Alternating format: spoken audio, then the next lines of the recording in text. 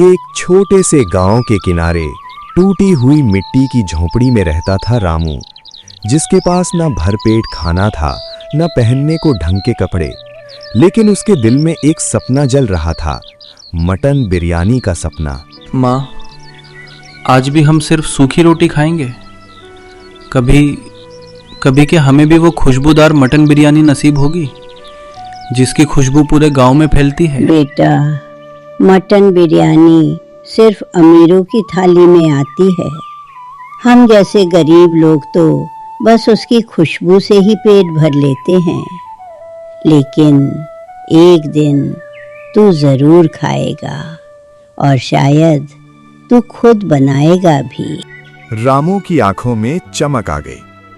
उसने कभी मटन बिरयानी देखी तक नहीं थी, लेकिन उसकी कल्पना में वो दुनिया की सबसे खूबसूरत चीज बन चुकी थी। अरे रामू, फिर से बिरयानी का सपना देख रहा है क्या? तू और मटन बिरयानी, ये तो ऐसा है जैसे कोई कंगाल राजा बनने का सपना देखे। अरे इसे कोई बता दो, मटन बिरयानी बनाने के लिए मटन चाहिए और इसके घर में तो नमक तक उधार में आता है। एक दिन मैं ऐसी मटन बिरयानी बनाऊंगा जिसकी खुशबू तुम सबको यहाँ तक खींच लाएगी, और तब तुम लोग खुद मुझसे एक और मांगोगे। लोग हंसते रहे, लेकिन उस दिन रामू के दिल में आग लग चुकी थी। एक दिन गांव के जमींदार के घर से मटन बिरयानी बन रही थी। पूरे गांव में उसकी खुशबू फैल गई। यही है वो खुशबू, इतनी गहरी, इतनी मीठी, जैसे हर दाने में कोई कहानी छुपी हो। बेटा, मटन बिरयानी सिर्फ खाना नहीं होती, ये धैर्य, प्यार और इंतजार से बनती है। हर मसाले में एक एहसास होता है और हर दाने में एक कहानी। रामू उस खुशबू में खो गया और उसी पल उसने ठान लिया कि वो इस खुशबू को एक दिन अपने हाथों से पैदा करेगा। उस रात रामू ने पहली बार मटन बिरयानी बनाने की कोशिश की। बिना मटन के, बिना मसालों के, सिर्फ सपनों के सहारे। अगर मैं चावल में थोड़ा नमक और ये जंगली पत्ते डाल दूं तो शायद वही स्वाद आ जाए। नहीं, ये वो नहीं है। इसमें वो खुशबू नहीं है, वो एहसास नहीं है। रामू की आंखों से आंसू निकल आए। उसने पहली बार महसूस किया कि मटन बिरयानी बनाना सिर्फ खाना बनाना नहीं, बल्कि एक कला है। अगले दिन कुछ ऐसा हुआ जिसने रामू की जिंदगी बदल दी। सुनो, जमींदार के घर से बची हुई मटन बिरयानी फेंकी जा रही है पीछे वाले आंगन में। क्या? असली मटन बिरयानी फेंकी जा रही है? रामू के दिल की धड़कन तेज हो गई। ये उसकी जिंदगी का पहला मौका था जब वो असली मटन बिरयानी को देख सकता था, छू सकता था। अगर मैंने आज उसे चख लिया तो शायद मैं उसका राज समझ पाऊं। लेकिन रामू नहीं जानता था कि उस एक और मटन बिरयानी के साथ उसकी जिंदगी एक ऐसे रास्ते पर जाने वाली है जहां से वापस आना आसान नहीं होगा। रात गहरा चुकी थी, पूरा गांव सो चुका था, लेकिन रामू की आंखों में नींद नहीं, सिर्फ मटन बिरयानी की तस्वीर थी। अगर किसी ने देख लिया तो? नहीं, ये मौका फिर नहीं मिलेगा। मुझे बस एक और चाहिए, सिर्फ एक। रामू धीरे धीरे जमींदार के घर के पीछे पहुंचा, जहां मिट्टी के पास पत्तों में लिपटी हुई मटन बिरयानी पड़ी थी। यही है वो असली मटन बिरयानी। इतनी खुशबू, इतनी गहराई, जैसे हर दाना मुझसे कुछ कह रहा हो। माँ ने कहा था, हर दाने में एक कहानी होती है। आज मैं उस कहानी को महसूस करूंगा।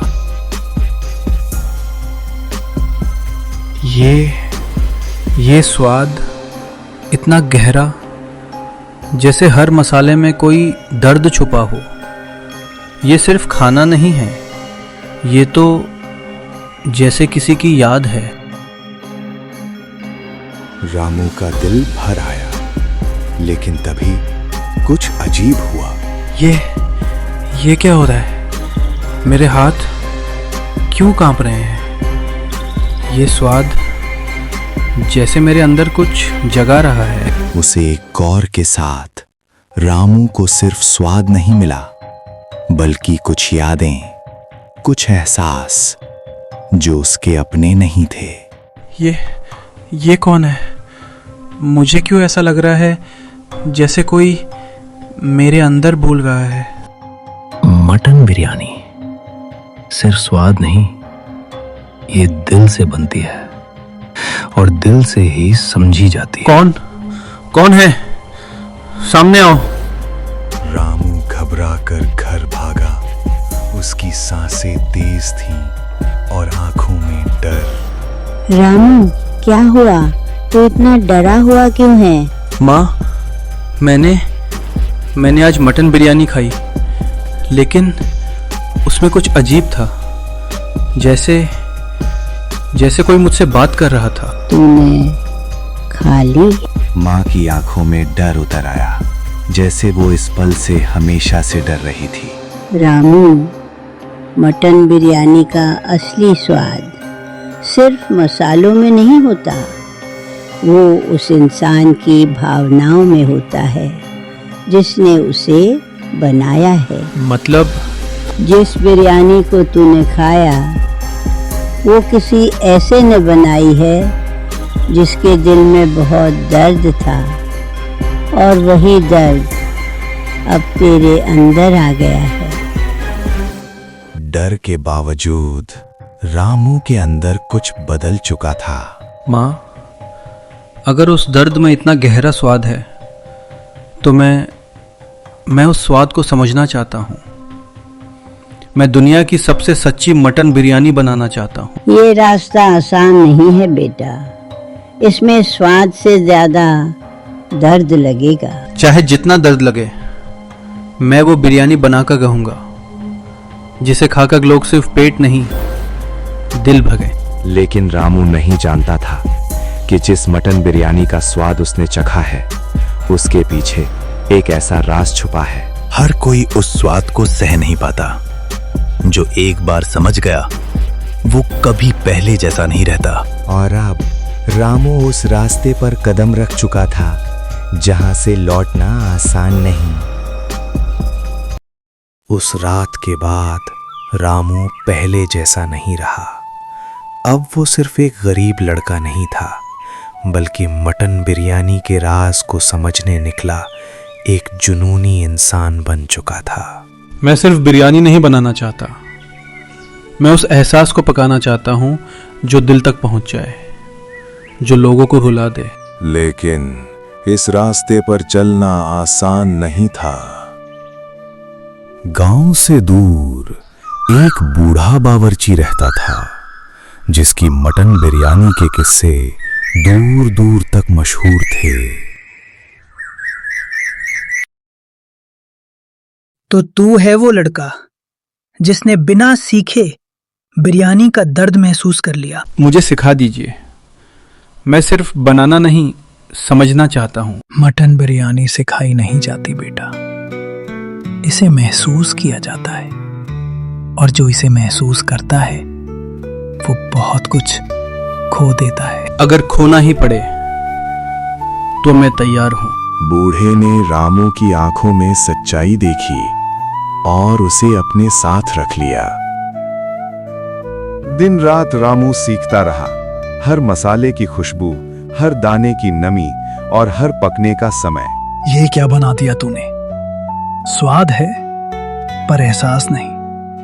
मटन बिरयानी सिर्फ जीभ के लिए नहीं, दिल के लिए बनती है। मैं फिर कोशिश करूंगा, जब तक उस एहसास को पकड़ न लूं। रामू बार बार गिरता, लेकिन हर बार और मजबूत होकर उठता।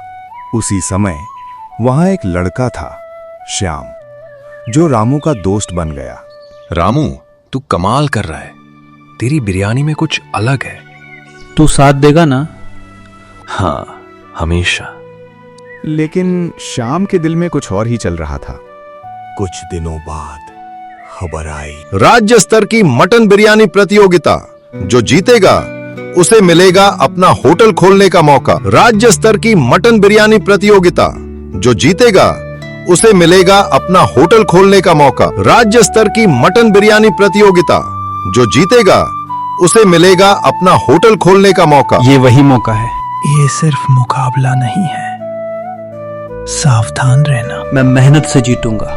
मुकाबले से एक रात पहले मेरी रेसिपी कहाँ गई? मैंने ली है। तूने? क्यों? क्योंकि मैं तुझे जीतते नहीं देख सकता।